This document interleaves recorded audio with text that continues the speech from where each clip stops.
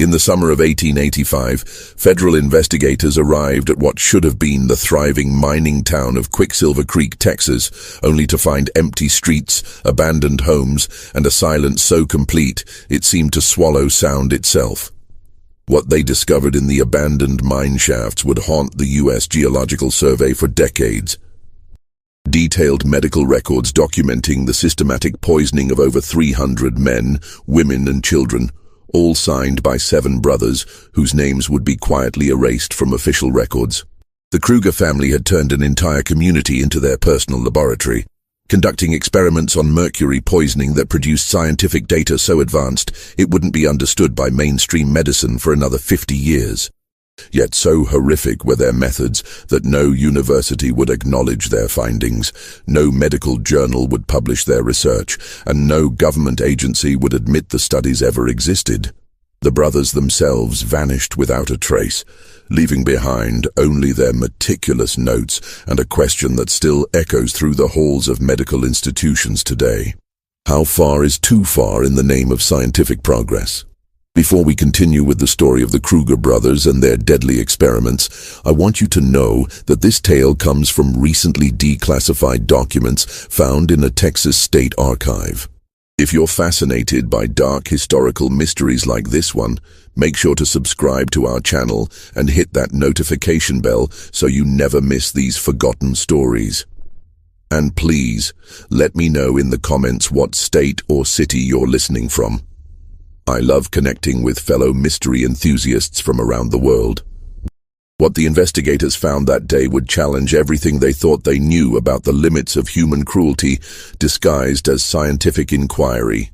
The year 1885 found the American West in the throes of unprecedented expansion.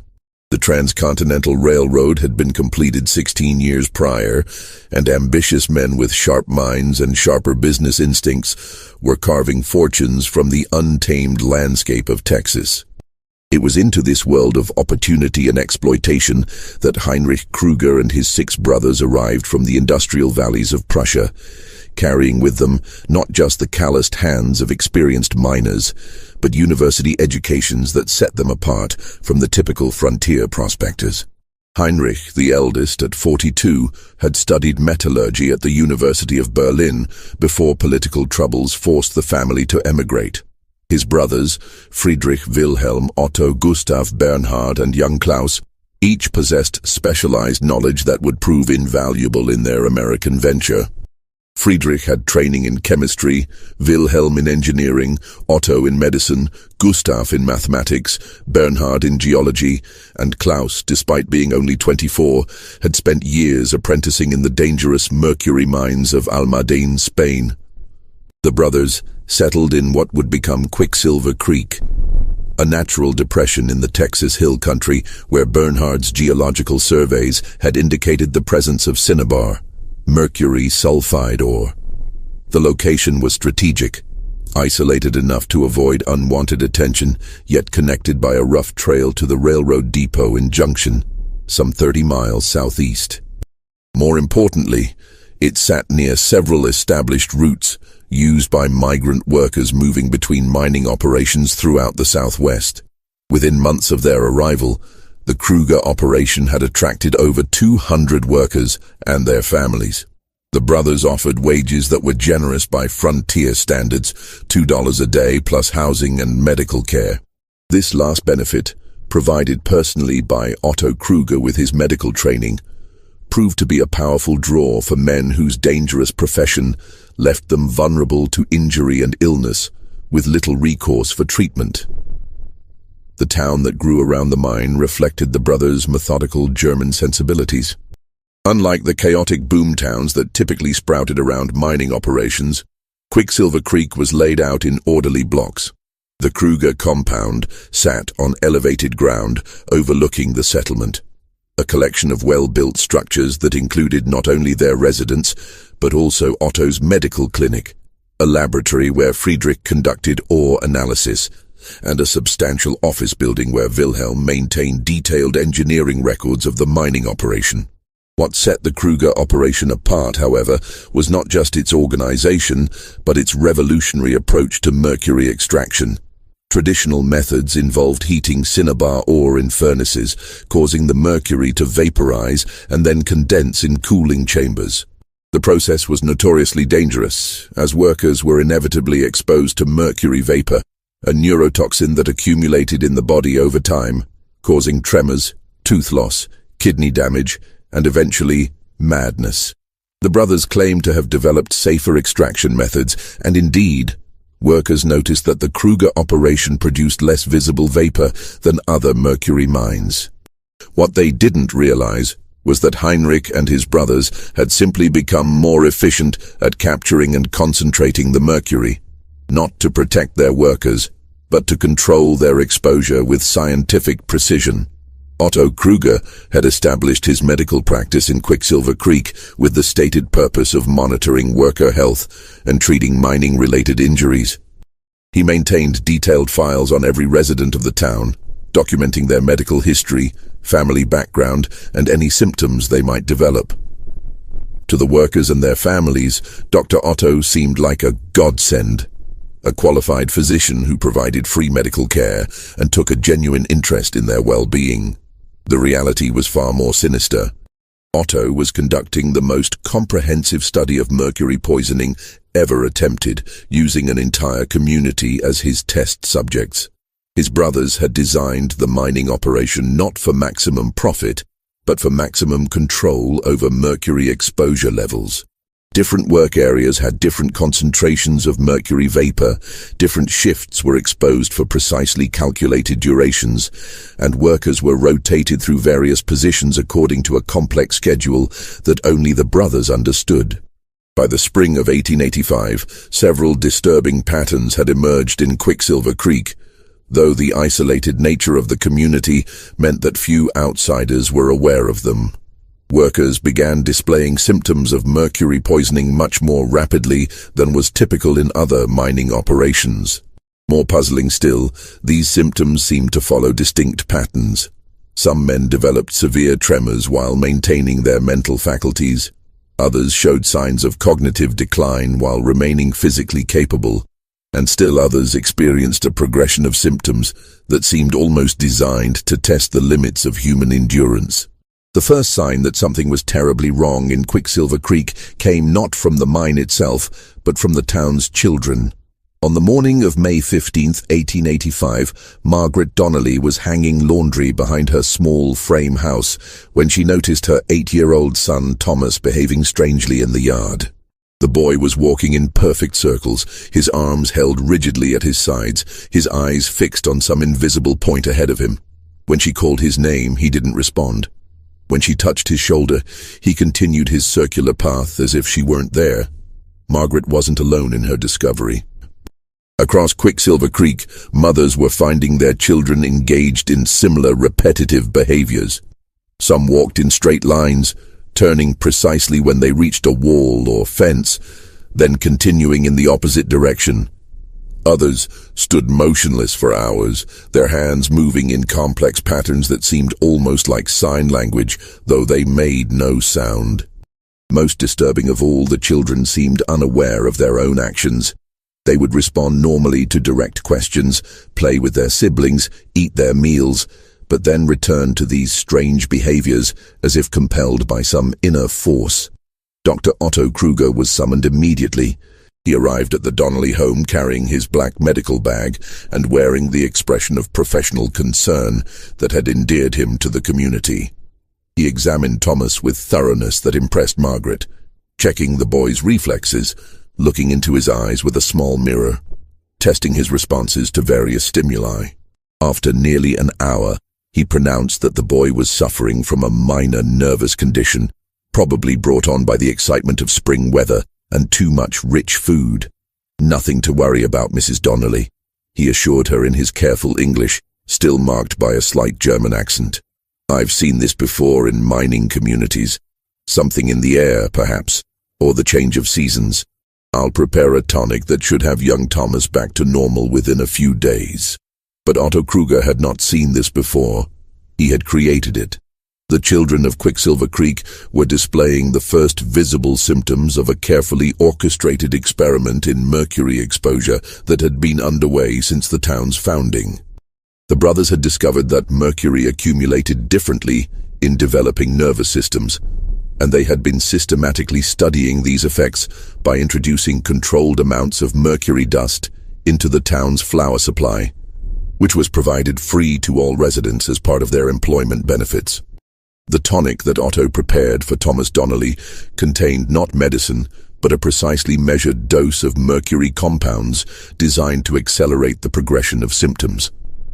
In his private laboratory, Otto recorded detailed observations of the boy's condition, noting the exact timing of symptom onset, the specific nature of the repetitive behaviors, and the child's responses to various stimuli. This information was carefully catalogued alongside similar data from dozens of other children in the community. What made Otto's records particularly valuable and particularly horrifying was their comprehensive nature. Unlike other studies of mercury poisoning, which typically relied on post-mortem examinations or fragmentary observations, the Kruger experiment provided a complete picture of mercury's effects on human subjects from initial exposure through the final stages of the disease. The brothers had created conditions that allowed them to observe and document every phase of mercury poisoning with scientific precision. As the days passed, the children's symptoms intensified and spread. Parents who had initially dismissed the behaviors as harmless quirks became increasingly alarmed as their sons and daughters began losing weight, developing tremors, and showing signs of cognitive impairment. Some children stopped speaking entirely, communicating only through elaborate hand gestures that seemed to follow their own internal logic. Others became hypersensitive to light and sound, spending their days huddled in dark corners, emerging only when the sun set. The adult population of Quicksilver Creek was experiencing its own health crisis, though the symptoms were more familiar to anyone acquainted with mining operations. Men who had worked in the deepest shafts began developing tremors in their hands, making it difficult to perform delicate tasks. Some complained of painful tooth decay that seemed to progress with unusual rapidity. Others reported memory problems, difficulty concentrating, and sudden outbursts of anger that were completely out of character. What the workers didn't know was that their symptoms were not the unfortunate byproduct of dangerous work, but the intended result of a carefully controlled experiment. The Kruger brothers had divided the workforce into test groups, exposing different men to different concentrations of mercury vapor over precisely timed intervals. Wilhelm's engineering expertise had allowed them to create work areas with exact levels of contamination, while Gustav's mathematical training enabled them to calculate optimal exposure rates for different experimental objectives. Heinrich Kruger maintained the overall coordination of the experiment, ensuring that each subject received the intended dose of mercury while avoiding exposure levels that would cause immediate death. The goal was not to kill their test subjects, but to study the complete progression of mercury poisoning under controlled conditions. Death would end the experiment prematurely. The brothers wanted to observe every stage of the disease as it developed. As autumn approached, the true scope of the Kruger experiment began to reveal itself in ways that even the brothers hadn't anticipated. The mercury poisoning that had initially manifested in distinct observable symptoms began to create complex interactions within the closed community of Quicksilver Creek. Families were disintegrating as mercury-induced personality changes turned loving spouses into strangers and responsible parents into erratic, sometimes violent caregivers. James McReynolds, a foreman who had been one of the first workers hired by the Kruger brothers, exemplified the devastating progression of the disease. A steady, reliable man who had never raised his voice to his wife or children, McReynolds began experiencing episodes of explosive rage that would come without warning and leave him confused and remorseful. During one such episode, he destroyed most of the furniture in his home, then spent the following day meticulously repairing each piece while his terrified family watched from the neighbor's house. Otto Kruger documented these behavioral changes with the detached precision of a scientist observing laboratory animals. His records, written in a mixture of German and English medical terminology, described McReynolds' condition as Subject 47, male, age 32, exposure level C2, duration 14 months. Significant deterioration in impulse control, concurrent with preservation of technical skills and emotional awareness. Recommended increase to exposure level C3 to accelerate progression to next phase. The brothers had developed their own classification system for mercury poisoning, dividing the disease into carefully defined stages that allowed them to predict and control its progression. Stage A subjects showed only minor symptoms, slight tremors, occasional memory lapses, mild irritability. Stage B subjects developed more pronounced neurological symptoms, including severe tremors, dental problems, and personality changes. Stage C subjects experienced severe cognitive impairment, often accompanied by hallucinations, extreme behavioral changes, and physical deterioration. Most chilling of all was Stage D, which the brothers reserved for subjects they deemed ready for terminal observation. These individuals were provided with special housing in a section of town that other residents were discouraged from visiting, ostensibly for their own safety and comfort, but actually to allow for detailed study of the final stages of mercury poisoning without interference. By late 1885, nearly half the adult population of Quicksilver Creek had progressed to Stage B or beyond. The town that had once buzzed with activity and optimism had become a place of whispered conversations, sudden silences, and the constant undercurrent of barely controlled fear. Workers who had once been friends avoided each other, uncertain whether the man they'd shared a drink with the previous week might suffer a violent episode without warning. The children, whose symptoms had first alerted the community to the crisis, were progressing through their own carefully documented stages of mercury poisoning. Many had stopped attending the small schoolhouse that had been built during the town's early days. Those who did attend were often unable to focus on their lessons, spending long minutes staring at nothing while their teacher, Mrs. Elizabeth Hoffman, struggled to maintain order in a classroom filled with children whose minds were being systematically destroyed. Mrs. Hoffman herself was not immune to the experiment. As one of the town's few educated residents, she had been assigned to what Otto Kruger designated as group educational, subjects whose intellectual capacities were being monitored to determine mercury's effects on learned skills and cognitive processes. Her daily rations included precisely measured amounts of mercury-contaminated flour, and her drinking water was drawn from a well that the brothers had systematically contaminated to achieve specific concentration levels.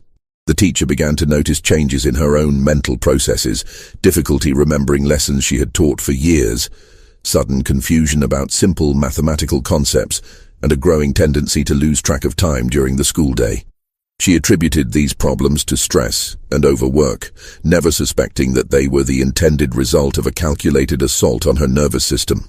What made the Kruger experiment particularly insidious was the brothers' understanding of community psychology. They had structured their study to take advantage of the isolated nature of Quicksilver Creek, ensuring that residents had no external frame of reference for their experiences. When everyone in a community is simultaneously experiencing cognitive decline, behavioral changes, and physical symptoms, those changes begin to seem normal rather than pathological. The brothers reinforced this psychological isolation through careful manipulation of information. Mail delivery to Quicksilver Creek was handled through the Kruger Company office, allowing them to monitor and sometimes intercept correspondence. Visitors were discouraged through rumors of infectious disease, and the few outsiders who did arrive were hosted exclusively by the brothers themselves, preventing them from observing the true condition of the town's residents. Heinrich Kruger maintained detailed records not only of the medical aspects of their experiment, but of its social and psychological dimensions as well. His journals, written in a mixture of German, English, and coded symbols, described the breakdown of social structures within the community, the emergence of new behavioral patterns among the poisoned residents, and the effectiveness of various techniques for maintaining control over an increasingly unstable population. Just when it seemed that the situation in Quicksilver Creek couldn't become more disturbing, the brothers introduced what they termed Phase 2 of their experiment. Phase 2 began in December 1885 with the arrival of what appeared to be a medical supply wagon, but which actually contained specialized equipment that Heinrich had ordered from instrument makers in Chicago and St. Louis. The brothers announced to the community that they had secured the services of additional medical professionals who would be conducting advanced treatments for the various ailments that had been affecting the town's residents. Dr. Otto Kruger introduced his new colleagues, 3 men who wore white coats and carried themselves with professional authority, but whose credentials existed only in documents forged by Wilhelm, using his engineering precision and Friedrich's knowledge of chemistry to create convincing letterheads and seals. These were not doctors, but actors hired by the brothers to provide legitimacy for the next phase of their experiment. The fake physicians established what they called a treatment center in a large building that had previously served as the town's community hall.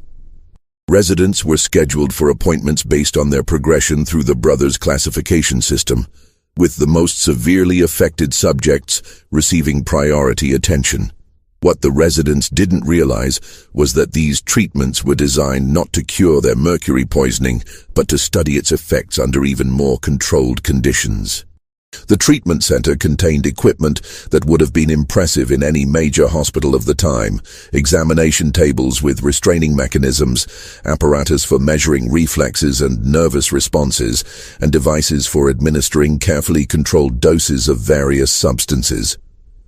The brothers had spared no expense in creating what was essentially a human laboratory, funded by the sale of their mercury to industrial customers, and by payments they had begun receiving from European universities interested in their research data. The university connections were perhaps the most disturbing aspect of the entire operation. Through correspondence networks established during their education in Germany, the brothers had made contact with medical researchers in Berlin, Vienna, and Edinburgh who were conducting their own studies of neurological disorders and industrial diseases. These researchers, working within the ethical constraints of European medical institutions, had been unable to conduct the kind of comprehensive, controlled studies that the Kruger brothers were performing in their isolated Texas community. Friedrich Kruger served as the primary correspondent with these European contacts, translating the brothers' data into academic language and organizing it according to the research interests of various universities. The institutions receiving this information were told that it came from a private medical practice serving industrial workers in the American frontier, where regulatory oversight was minimal and patients often consented to experimental treatments in exchange for free medical care. The European researchers, hungry for data that would advance their understanding of occupational diseases and neurological disorders, asked few questions about the methodology behind the Kruger studies. They published papers based on the brothers' research in prestigious medical journals, catapulting their own careers while remaining willfully ignorant of the human cost of the data they were using. Meanwhile, in Quicksilver Creek, the treatment center was producing its own horrifying results. Subjects who entered the facility for their appointments often emerged in worse condition than when they arrived, though the deterioration was subtle enough that it could be attributed to the natural progression of their illnesses. The brothers were using these sessions to test various compounds and procedures, determining which interventions accelerated mercury poisoning, which had no effect, and which might actually slow the disease's progression. One of their most disturbing discoveries was that certain combinations of mercury compounds, when administered in precise sequences, could produce specific types of neurological damage while leaving other brain functions intact. They found that they could destroy a subject's ability to form new memories while preserving long-term recall, or eliminate emotional responses while maintaining intellectual capacity. These findings, carefully documented and transmitted to their European contacts, would eventually contribute to advances in neurology, but at a cost that no ethical researcher would have considered acceptable. The children of Quicksilver Creek were not exempt from Phase 2. Otto Kruger had established a special program for young subjects, ostensibly designed to provide educational support for children who were struggling academically due to their health problems. In reality, this program involved psychological testing, experimental treatments, and carefully monitored exposure to various mercury compounds to determine their effects on developing nervous systems. Young Thomas Donnelly, whose repetitive walking behavior had been among the first signs of the community's crisis, had progressed through several stages of mercury poisoning under Otto's careful observation. By December 1885, the boy showed severe cognitive impairment, spoke only in single words, and had developed a pronounced tremor that made it difficult for him to feed himself. Rather than providing treatment for these symptoms, Otto was using Thomas to test theories about the reversibility of mercury damage in young subjects. The boy's mother, Margaret Donnelly, had also been affected by mercury exposure. Though her symptoms were different from her son's, she experienced episodes of confusion and memory loss that made it difficult for her to recognize the full extent of Thomas's deterioration. When she expressed concern about her son's condition to Dr. Kruger, he assured her that the boy was receiving the best possible care, and that his symptoms were actually showing signs of improvement. This manipulation of families was a crucial component of the brothers' strategy. By carefully managing information and exploiting the cognitive effects of mercury poisoning on parents and spouses, they were able to maintain their experiment even as subjects became increasingly incapacitated. Family members who might have questioned the treatment their loved ones were receiving were themselves experiencing the mental fog and emotional blunting that characterized mercury poisoning, making them less likely to challenge medical authority or seek outside help. As winter deepened, the isolation of Quicksilver Creek became even more complete. The rough trail connecting the town to Junction became nearly impassable due to heavy rains, and the brothers used this seasonal isolation to implement the most extreme phases of their experiment. They began what they termed terminal studies, detailed observations of subjects in the final stages of mercury poisoning, conducted in a special facility they had constructed specifically for this purpose. The facility, which residents were told was a hospital for the most seriously ill members of the community, was actually a death house where the brothers could study their subjects during their final weeks or months of life.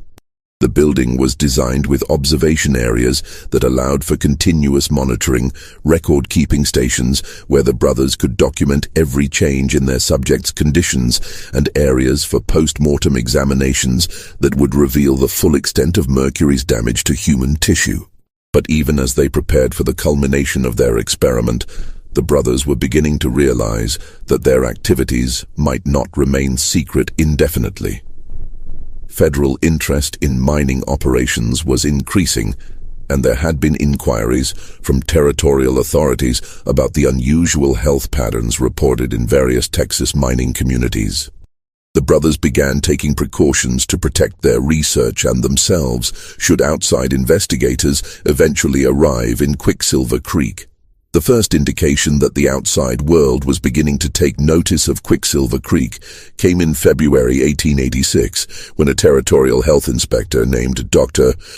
Samuel Patterson attempted to visit the community as part of a broader survey of mining-related illnesses throughout Texas. Dr. Patterson never made it to the town itself. His horse was found 3 days later, grazing peacefully beside the trail some 15 miles from Quicksilver Creek, while the doctor himself had simply vanished. Heinrich Kruger made no official report of finding Dr.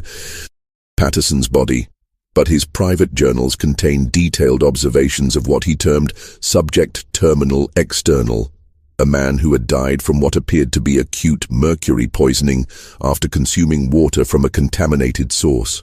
The brothers had apparently intercepted the health inspector before he could reach the community, subjecting him to a concentrated dose of mercury that killed him within hours while providing valuable data about the acute effects of mercury exposure on previously healthy subjects.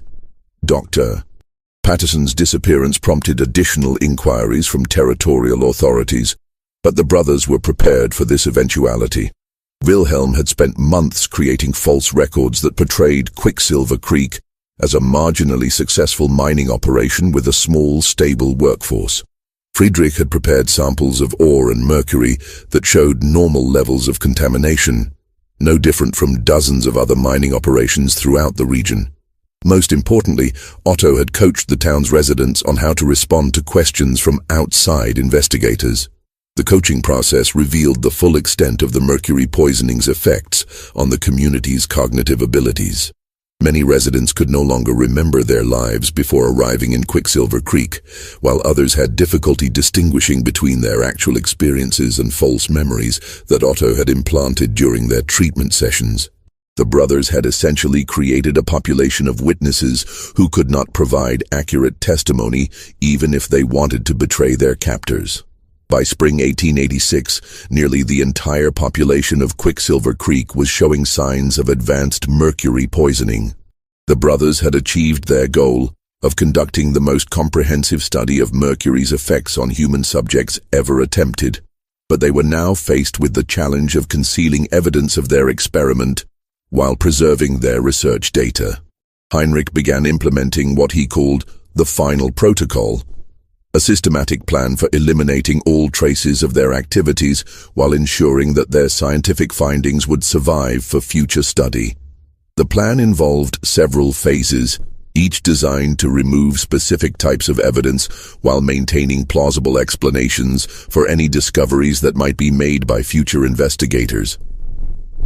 Phase 1 of the final protocol involved relocating the most severely affected subjects to the isolated hospital facility, ostensibly to provide them with specialized care during their final illness.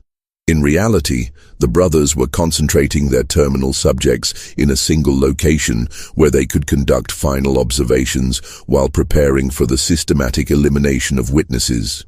Phase 2 involved the destruction of all physical evidence of their experiment, dismantling the specialized equipment in the treatment center, burning medical records that contained incriminating details, and removing all traces of the mercury contamination systems they had built throughout the community. Friedrich's chemistry expertise proved invaluable during this phase, as he was able to neutralize mercury contamination in ways that would prevent future detection. Phase 3 was the most chilling aspect of the final protocol. The brothers had determined that their experiment could not be allowed to be discovered by outside authorities, both because of the legal consequences they would face and because premature revelation of their research methods might prevent the scientific community from properly evaluating their findings. They began systematically eliminating the most severely affected subjects, using methods that would appear to be natural deaths from mercury poisoning, while actually being carefully administered overdoses. The elimination process was handled primarily by Otto, whose medical knowledge allowed him to determine precise dosages of mercury compounds that would cause rapid death, while leaving tissue damage patterns consistent with advanced mercury poisoning. Each death was carefully documented, with post-mortem examinations conducted immediately to preserve tissue samples and record final observations about mercury's effects on various organ systems. Just when we thought we'd seen the full extent of the horror in Quicksilver Creek, the brothers' final phase intensifies beyond imagination. If this story is giving you chills, share this video with a friend who loves dark mysteries, hit that like button to support our content, and don't forget to subscribe to never miss stories like this. Let's discover together what happens next in this tale of scientific obsession gone terribly wrong. By summer 1886, the population of Quicksilver Creek had been reduced from over 300 residents to fewer than 50. The brothers explained these departures as voluntary relocations, claiming that many families had decided to seek opportunities in other mining regions or return to their home states. In reality, most of these missing residents had died from mercury poisoning and been buried in unmarked graves scattered throughout the hills surrounding the community. The surviving residents were primarily individuals who had shown unusual resistance to mercury poisoning. Subjects whose genetic or physiological characteristics had made them valuable for extended study. These survivors were maintained under increasingly strict controls, their daily activities monitored constantly, and their contacts with the outside world completely eliminated. Klaus Kruger, the youngest brother, had begun expressing doubts about the continuation of their experiment. His experience in European mercury mines had made him familiar with the typical progression of mercury poisoning, but he had never imagined the systematic, comprehensive study that his brothers had created in Quicksilver Creek. As the body count mounted and the evidence of their activities became more difficult to conceal, Klaus argued for ending the experiment and fleeing to Mexico or South America. Heinrich rejected his youngest brother's concerns, arguing that they were on the verge of completing the most important medical research of the century. The data they had collected, he insisted, would revolutionize the understanding of neurological diseases and industrial medicine. To abandon their work at this crucial phase would be to waste the sacrifices already made and deprive humanity of knowledge that could prevent future suffering. But even as Heinrich argued for the continuation of their experiment, external pressures were mounting that would soon make their position untenable. The territorial government had dispatched a more senior investigator to determine what had happened to Dr. Patterson, and this new investigator was bringing federal marshals with the authority to conduct a thorough search of any mining operation they deemed suspicious. On the morning of August 15, 1886, Deputy U.S. Marshal William Hendricks arrived at the outskirts of Quicksilver Creek with a small team of federal investigators and a warrant authorizing them to search the Kruger mining operation for evidence related to Dr. Patterson's disappearance. What they found would haunt them for the rest of their lives and create a cover-up that would last for more than a century. The town that greeted Marshal Hendricks bore little resemblance to the thriving community that had existed just 2 years earlier. Most of the houses stood empty, their windows dark and their yards overgrown with weeds. The few residents they encountered appeared to be suffering from severe illness. Trembling, hollow-eyed individuals who spoke in whispers and seemed confused by simple questions about their circumstances. At the Kruger compound, the brothers received the federal investigators with the calm courtesy of men who had prepared extensively for this moment. Heinrich presented them with mining permits, tax records and employment documents that appeared to be in perfect order. Wilhelm provided detailed engineering surveys of the mine operations, while Friedrich offered to demonstrate their mercury extraction processes. Otto stood ready to explain the medical problems that had affected some of their workers, attributing the symptoms to the unfortunate but predictable hazards of mining operations. But Marshal Hendricks was not easily deceived.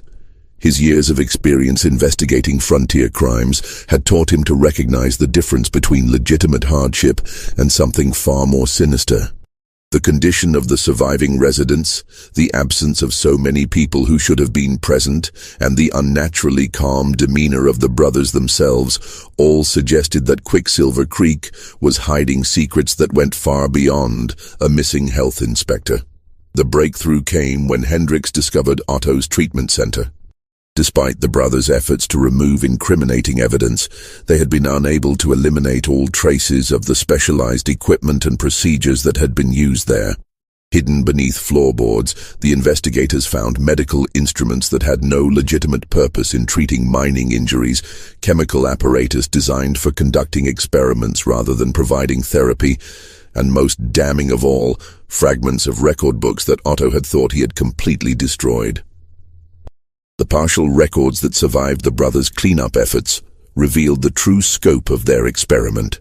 Page after page of detailed observations documented the systematic poisoning of hundreds of subjects, the careful manipulation of mercury exposure levels, and the cold, scientific monitoring of human suffering on an unprecedented scale. The investigators realized they were looking at evidence of the most comprehensive medical experiment ever conducted on unwilling human subjects. Friedrich attempted to explain away the records as research conducted with the full consent of subjects who had volunteered to participate in exchange for free medical care. He argued that the brothers had been conducting legitimate studies of occupational diseases that would benefit workers throughout the mining industry. Heinrich supported this explanation, presenting correspondence with European universities as evidence that their work was part of the international scientific community's efforts to understand and prevent industrial illnesses. But the marshals had discovered too much evidence to be satisfied with these explanations.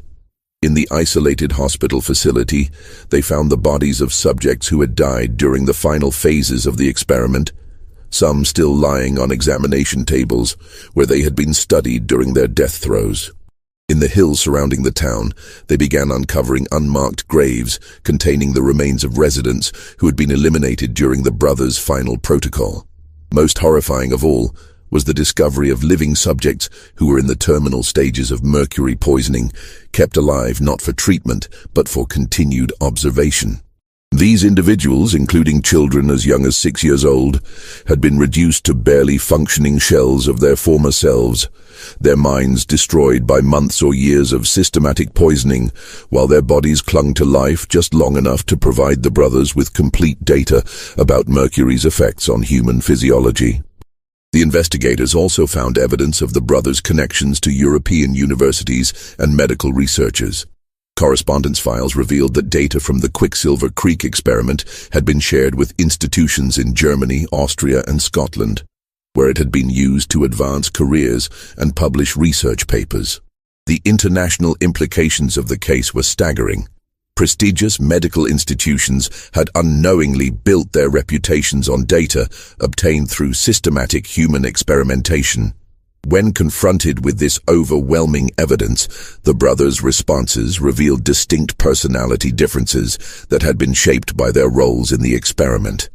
Heinrich remained defiant, arguing that their research would ultimately save thousands of lives by advancing medical understanding of mercury poisoning.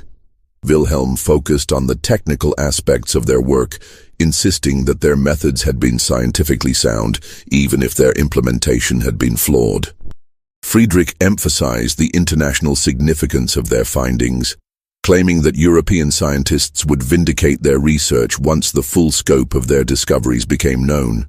Otto's response was perhaps the most chilling of all. The brother who had served as the experiment's primary physician showed no remorse for the suffering he had caused, instead expressing frustration that the investigation had interrupted his work before he could complete his studies of mercury's effects on child development. He argued that the surviving subjects represented irreplaceable research opportunities that would be wasted if the experiment was terminated prematurely. Only Klaus showed any sign of conscience, admitting to Marshal Hendricks that he had tried to convince his brothers to end the experiment months earlier. But even Klaus's confession was self-serving, as he attempted to minimize his own role in the atrocities while positioning himself as a reluctant participant who had been coerced by his older brother's authority. The federal investigators faced an unprecedented dilemma. The evidence they had uncovered documented crimes of such magnitude that prosecuting them would require trials that might last for years and attract international attention to American mining practices. More troubling still was the realization that the brothers' research, however obtained, represented genuine advances in medical knowledge that could benefit future generations if properly evaluated and applied.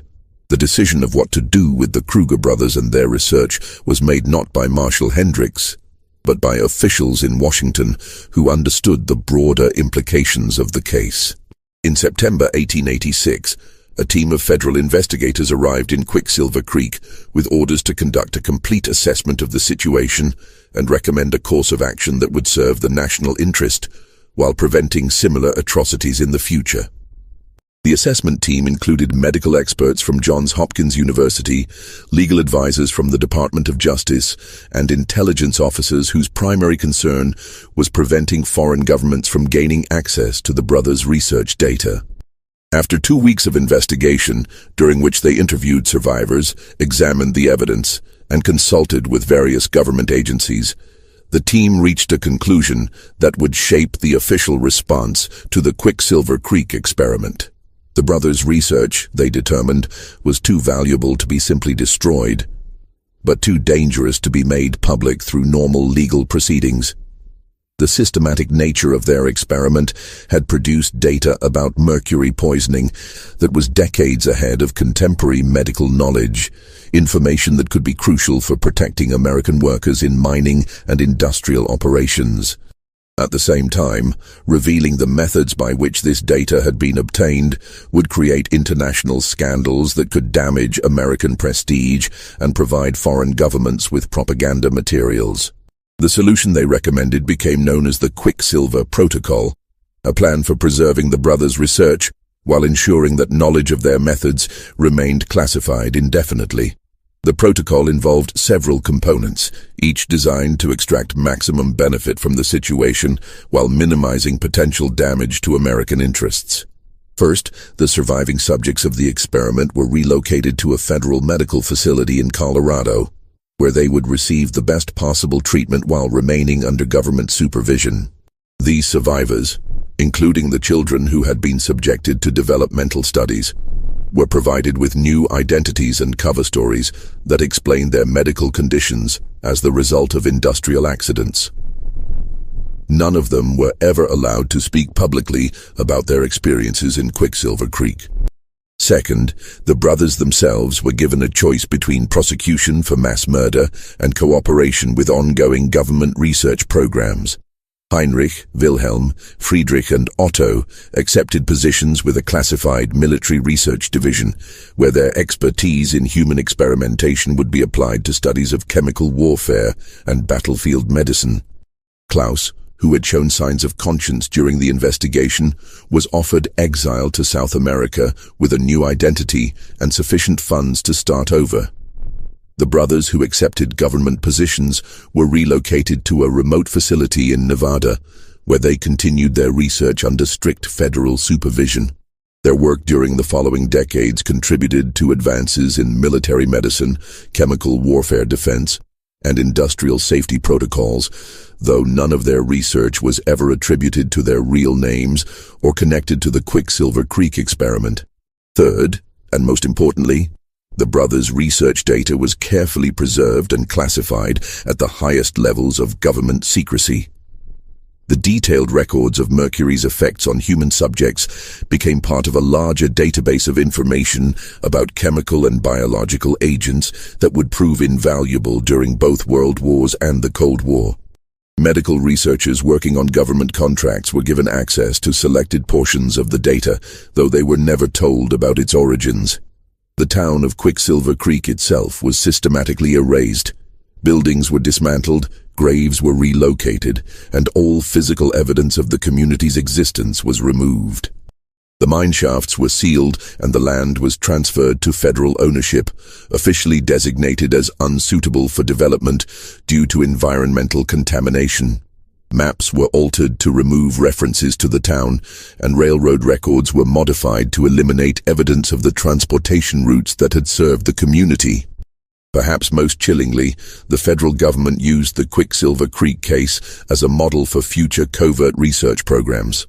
The techniques that the Kruger brothers had developed for maintaining control over unwilling subjects, manipulating community psychology, and concealing evidence of human experimentation became part of the operational manual for classified government research projects. The Quicksilver Protocol was refined and applied to numerous other cases over the following decades, whenever government agencies needed to conduct research that could not be performed through legitimate channels. The European universities that had unknowingly published research based on the brothers' data faced their own difficult decisions when American intelligence agencies quietly informed them of the true origins of their work. Most chose to suppress their publications and destroy related records rather than face the scandal that would result from public revelation of their connection to human experimentation. A few institutions attempted to investigate how they had been deceived, but their inquiries were discouraged through diplomatic pressure and veiled threats about the consequences of publicizing classified American research activities. The survivors of the Quicksilver Creek experiment spent their remaining years in federal custody, though their treatment was more comfortable than their earlier experiences. The government provided them with excellent medical care, comfortable living conditions, and carefully monitored social interactions with other survivors. However, they were never allowed to leave the federal facility, never permitted to contact relatives or former friends, and never given the opportunity to tell their stories to the outside world. Margaret Donnelly, who had lost her son Thomas to the brothers' developmental studies, lived until 1923 in the Colorado facility. Her mercury poisoning had caused permanent memory damage that prevented her from providing coherent testimony about her experiences. But government physicians who treated her documented the long-term effects of mercury exposure with the same scientific precision that had characterized the original experiment. Her medical records became part of the classified database that grew out of the Kruger research. Thomas Donnelly himself survived until 1891. Though the child who had once walked in perfect circles had been reduced to a barely functioning shell of his former self. Government researchers continued to study his condition until his death, using his case to understand the long-term developmental effects of mercury poisoning on young subjects. His death was recorded in classified files as Subject QC-47, Terminal Observation Complete. The four brothers who had accepted government positions continued their research for nearly 2 decades, applying their expertise to projects that remained classified well into the 20th century. Heinrich died in 1903, taking with him detailed knowledge of human experimentation techniques that had been refined far beyond what he had achieved in Quicksilver Creek. Wilhelm survived until 1912, long enough to contribute to early military research on chemical weapons. Friedrich and Otto both lived into the 1920s, their later work focusing on industrial medicine and occupational safety programs that benefited American workers without revealing the horrific origins of their expertise. Klaus Kruger, the brother who had chosen exile over government service, disappeared into the jungles of Colombia and was never heard from again. Intelligence agencies maintained surveillance of South American German communities for several years, watching for any signs that he might attempt to reveal the story of Quicksilver Creek. But no such revelation ever occurred. Whether he died shortly after his arrival in South America or lived quietly under an assumed identity, his fate remained unknown. The classified files related to the Quicksilver Creek experiment were stored in government archives, where they remained untouched for decades. During the 1970s, when congressional investigations began examining unethical government research programs, some officials considered whether the Kruger files should be declassified as part of broader transparency efforts. However, the scope and systematic nature of the brothers' experiment was deemed too sensitive for public revelation, and the files remained classified. It was only in the late 1990s, when a routine archival review was conducted as part of government modernization efforts, that portions of the Quicksilver Creek files were finally declassified. Even then, most identifying information was redacted, and the location of the experiment was obscured through the use of code names and altered geographic references. The researchers who reviewed these files for declassification were struck by the advanced nature of the brothers' work and the comprehensive scope of their data. But they were also horrified by the human cost of obtaining such information. Today, the land where Quicksilver Creek once stood remains under federal ownership, officially designated as part of a wildlife preserve. Visitors to the area find no markers or monuments indicating that a community ever existed there. No evidence of the mine shafts that once employed hundreds of workers, and no hint of the systematic human experimentation that took place in the isolated Texas hills. The mercury contamination that once made the site unsuitable for development has long since been neutralized. But the federal government maintains ownership to prevent any archaeological investigations that might uncover evidence of the town's existence. The medical advances that grew out of the Kruger brothers' research have saved countless lives over the past century. Modern understanding of mercury poisoning, industrial safety protocols that protect workers from chemical exposure, and treatment methods for neurological disorders all trace their origins, in part, to the systematic observations made in Quicksilver Creek. But the ethical cost of this knowledge continues to haunt the institutions that have benefited from it.